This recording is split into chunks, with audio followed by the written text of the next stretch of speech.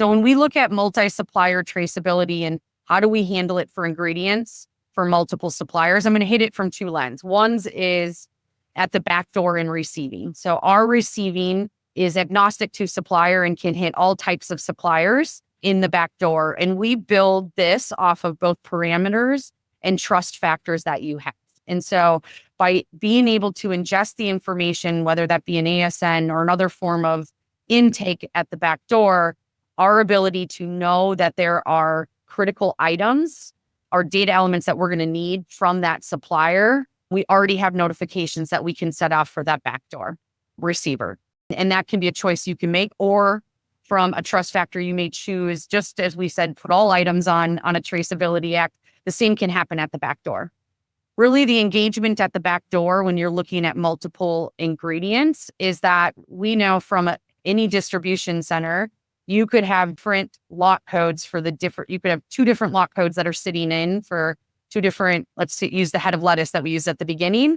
You may have three different lot codes that are coming in on that shipment. And so making sure that you received those three and that made it into your back door is going to be important as you're going to want to follow that through.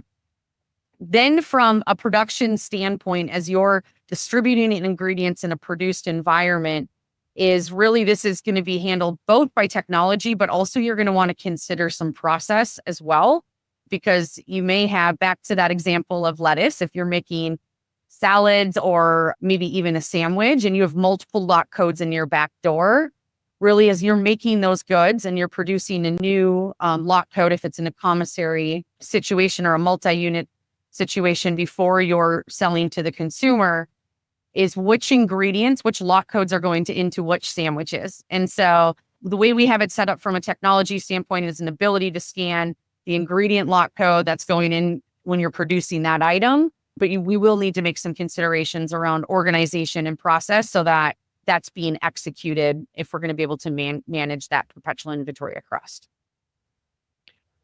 Derek, anything you would add there or anything, other considerations?